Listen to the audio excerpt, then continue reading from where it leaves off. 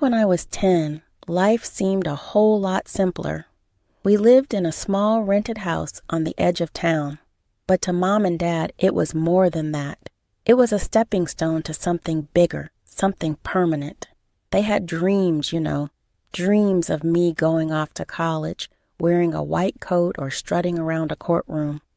But me, I had different plans. I remember this one summer evening. We were all sitting out back on our rickety old porch. The sun was dipping low, casting long shadows across our tiny yard, and Dad was flipping burgers on his ancient grill that looked like it might fall apart any second. "Diana, you got to start thinking about your future," Dad said, poking at the burgers with a spatula that had seen better days. "Doctor or lawyer, that's where the money's at. Secure." Mom nodded, tucking a loose strand of hair behind her ear. "Your father's right, honey. We just want you to have a stable career, something prestigious." I kicked at the dirt with my sneaker, watching it puff up in little clouds. "I want to be an archaeologist," I mumbled, barely loud enough for them to hear. "Dig up ancient stuff, Dad let out a hearty laugh, the kind that made his belly bounce. "Archaeologist, huh? Why don't you start by digging us a new flower bed out front?" Mom gave him a soft swat on the arm. "David, don't tease her. If she wants to dig, let her dig, but in her own garden." Dad chuckled, flipping a burger onto a slightly charred bun. "Here, taste tester. Tell me if I got the seasoning right this time." He handed me the burger, and I took a big bite, the juices running down my chin. "It's good, Dad," I said after swallowing the mouthful. "That's my girl," he grinned, ruffling my hair. That's how it was back then. Light-hearted jokes and evening chats. It was one of those moments, where you feel like everything's going to be all right. Yeah, maybe I will dig up something big one day, like dinosaurs or treasure, I said, feeling bolder. "Treasure, huh?" Dad laughed again. "Just don't go digging under the house. The only thing you'll find is old plumbing." We all laughed together, the sound mingling with the chirping of the crickets as the sky turned a deep shade of purple. Those nights on the porch were my favorite. Just us, our little family, talking about everything and nothing at all. Not long after those lazy summer nights, things started to change. It was like one day Mom was her usual self, buzzing around the kitchen, and the next she was always tired, always sitting down. I didn't get it at first. Parents get sick, right? A cold here, a headache there. But this was different. "Diana, can you grab the laundry for me?" Mom asked one evening.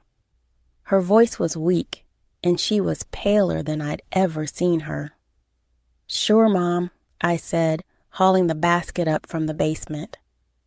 It was heavier than I expected, or maybe I just noticed it more because I kept stealing glances at Mom, slouched on the sofa, looking like all her strings had been cut. "Thanks, honey," she whispered as I dropped the basket beside her. "You're becoming quite the helper, I shrugged, feeling uneasy. "Is everything okay, Mom?" She attempted a smile that didn't reach her eyes. "Just a bit under the weather, that's all. Don't you worry." But it was more than that, much more. Dad knew it too. Their whispers filled the nights, whispers that I wasn't meant to hear, but did. Words like doctors and tests floated through the crack of my slightly ajar bedroom door. Then the bombshell dropped. "I've got cancer, Diana," Mom said one gray morning, her words stark against the clatter of breakfast dishes. Dad stood behind her, a hand on her shoulder, his eyes dark pits of worry. "What does that mean?" I asked, not really wanting to hear the answer. "It means I'm very sick," she said, reaching out to squeeze my hand. "But the doctors are going to help me," Dad chimed in, his voice gruff. "We're going to fight this, right? all of us together. But it wasn't a fight we could win, not this time. Mom got weaker, the life slowly draining out of her as if she was a balloon with a tiny hole and all the air was slipping out. The hospital visits became more frequent. I hated those places. They smelled like disinfectant and despair. Mom was often too tired to talk after the treatments, and I'd sit by her bed holding her hand, trying not to cry. "Don't you worry, Diana," she'd say on her better days, a shadow of her usual spark in her eyes. "You're strong. You'll be okay." "I don't want to be strong," I'd whisper back. "I just want you to be okay." But she wasn't. And then, one day, she just wasn't there anymore. After Mom passed, Dad didn't take long to start changing too. It was like he couldn't deal with the quiet of the house, the empty spaces Mom used to fill. That's when Carol came into the picture. "Diana, this is Carol."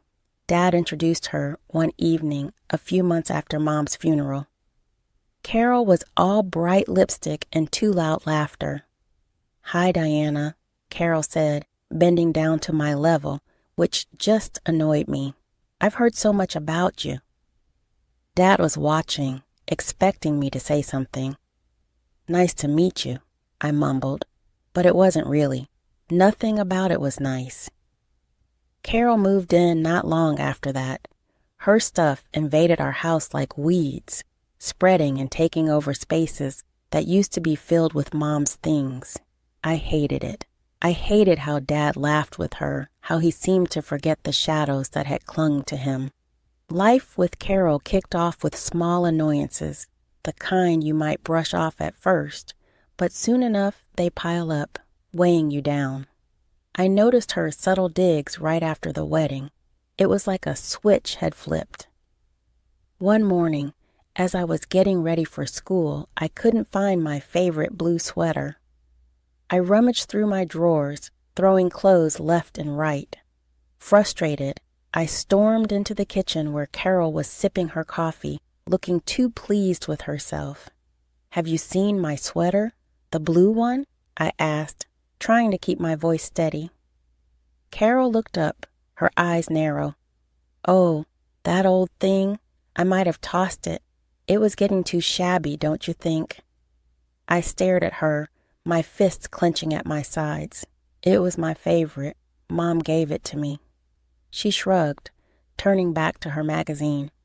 "You need to grow up, Diana. Stop clinging to rags." That was Carol.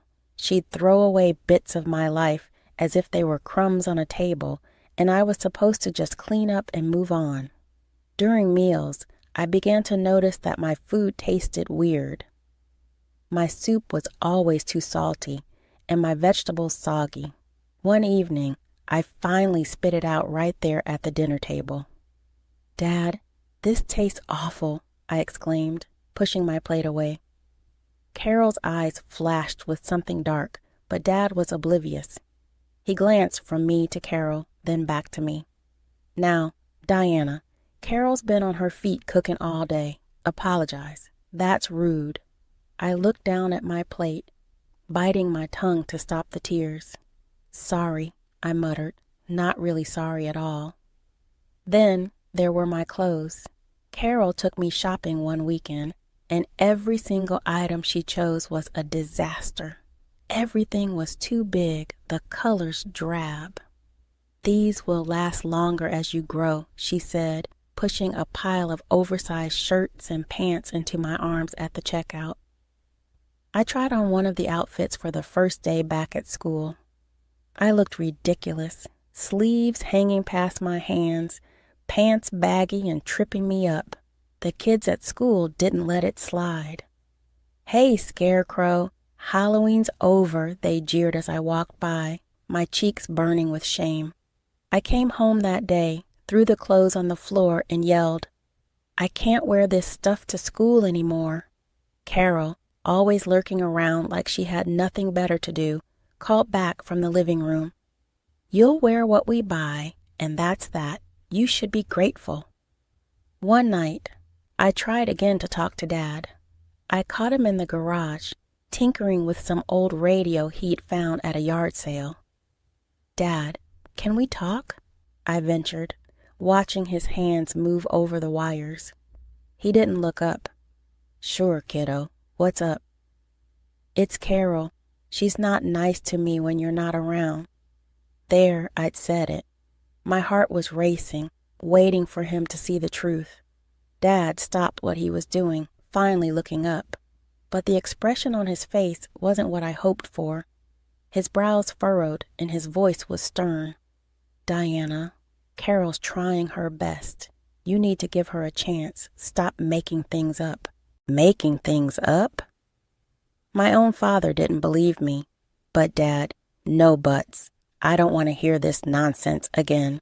He turned back to his radio, dismissing me with a wave of his hand. I walked out of the garage, my vision blurry with tears. It was clear then. Dad was in Carol's corner, no matter what. I was on my own. School used to be my escape, a place where I could forget home troubles at least for a few hours. But with Carol's influence creeping into every aspect of my life, even school became a battleground. Sometimes after particularly rough mornings, I'd hide in the library during lunch. Books don't laugh at you or call you names. But one day, Mrs. Pearson, the librarian, caught on that something was off. "You're here a lot lately, Diana. Everything okay?" she asked, her eyes kind but worried. I shrugged, my standard response these days. "Just like the quiet," I mumbled, not meeting her eyes. "Quiet's good. Helps you think.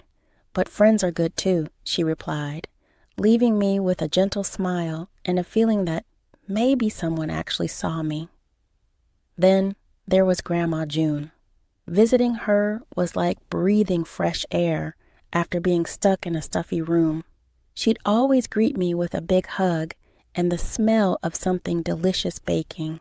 As we sat at her kitchen table eating warm apple pie, I'd open up about everything: school, the kids, not fitting in, everything but the full truth of Carol's nastiness that I kept buried. I didn't want to worry her. "Kids can be tough," Grandma would say, slicing another piece of pie. "But remember, it's not about fitting in. It's about standing tall, being yourself." Sometimes I'd help her in the garden, pulling weeds or watering plants. It was during one of these afternoons, hands in the dirt, that I finally hinted at how tough things were with Carol. "Grandma, what do you do when someone just doesn't like you no matter what?" I asked, dumping a trug full of weeds into the bin. "Oh, honey," she sighed, wiping her brow. "Some folks you just can't win over. But remember, it says more about them than it does about you. Hold your head high, do what's right, and let their problems be their own." Her words were a balm, soothing the raw edges of my daily battles. Grandma's place became my sanctuary, the one spot where I could shed the weight of being the odd one out, the misfit in ill-fitting clothes. If life was a game, it felt like I was losing badly. But then things took a turn, like they often do when you least expect it. Carol got pregnant. You'd think that would smooth things over, but no, it just cranked up the tension. I remember the day she told us. Dad and I were in the living room, half watching some show when Carol strode in, beaming like she'd won the lottery. "I've got news," she announced, her voice ringing a bit too cheerful. Dad muted the TV, turning to her with a raised eyebrow. "What's up?" "We're having a baby," she gushed, her hands on her belly, as if she was already showing. Dad, well, he looked like someone had smacked him upside the head. But then he started smiling, really smiling. "That's great, honey," he said, getting up to hug her. I just sat there, trying to figure out how I felt about it. The pregnancy changed Carol's mood swings into something epic. One minute she'd be sweet as pie, The next, she'd snap over the smallest things. And somehow, her bad moods were often my fault. Then, the miscarriage happened. It was a shock, even to me. Carol was devastated, and I actually felt sorry for her, for both of them, until she twisted it into something ugly. "It's stressful living with her," I overheard her tell Dad one night. "Stress is bad for the pregnancy." It was too much. Her words stung like a slap. I was just existing, trying to stay out of her way, and now I was being blamed for this. Dad didn't argue with her, didn't defend me. That night, I lay in bed realizing, fully and painfully, that I was alone in that house. Dad's silence was the loudest thing I'd ever heard. The next few weeks were rough. Carol walked around like a wounded queen, and Dad tiptoed around her. I tried to make myself invisible, but Carol would find ways to jab at me. "See what you've caused," she hissed one day as I passed by the living room where she was curled up on the couch. "You're just a problem child." I stopped and turned to her. "I didn't do anything to you. Don't talk back to me," she snapped. "Just go to your room." I went, not because she told me to, but because I couldn't stand to look at her, to hear the lies twisting around me like chains. Things got worse after Carol found out she couldn't have any more kids. The doctors were clear, and so was Dad's response when he tried to console her. "We've got Diana. No need to fuss," he said, as if I could be a stand-in for the child they lost. That only made Carol meaner. She started getting more physical, pinching me when no one was looking, leaving marks where clothes would cover. Every pinch was a message, a reminder that I was the reason for her unhappiness. One day at school, during gym, I changed into shorts and a t-shirt. That's when Lisa, a girl I sometimes studied with, noticed the bruises. "Diana, what happened to your arms?" she gasped, her eyes wide. I pulled down my sleeves quickly, my heart racing. I fell down the stairs at home," I lied, avoiding her gaze. Lisa looked worried, but didn't push it. I thought that was the end of it, but it wasn't. Later that day, Mrs. Jenkins, my English teacher, pulled me aside. "Diana, I've heard from a few students. They're worried about you. They've seen bruises." Her voice was soft but firm. "What's happening at home?" I felt trapped, the lie heavy on my tongue. "I'm just clumsy, I guess." That afternoon, Dad was called into school. I waited at home, anxiety gnawing at my insides. When he finally stormed in, his face was thunderous. "Diana, what have you been telling your teachers?" he barked as soon as he walked through the door. "Nothing, Dad. I don't. Lie to me." Mrs. Jenkins called me at work, said there's talk about bruises and whatnot. "You're making us look bad. You're making Carol look bad." "I'm not making anything up." The truth burst from me in desperation. "She's hurting me, Dad. Carol is hurting me when you're not around." He paused, his eyes narrowing. "You're being dramatic. Carol wouldn't hurt a fly. You're just trying to cause trouble, aren't you? Go to your room. You're grounded. No dinner." He grabbed my arm, not caring about the bruises, and dragged me to my room, locking the door behind him. I heard Carol's voice then, her words slithering under the door. "See, no one believes a little liar. You just made your life a real nightmare, Diana." I felt so alone, so cornered. There was nothing left to do but the one thing I had avoided. I called Grandma June. "Grandma, can I come live with you, please?" "I can't stay here anymore," I sobbed into the phone after telling her everything. There was a pause, a heavy silence, then, "Of course, darling. I'll be there as soon as I can." She must have driven like the wind, because it wasn't long before she was at the door.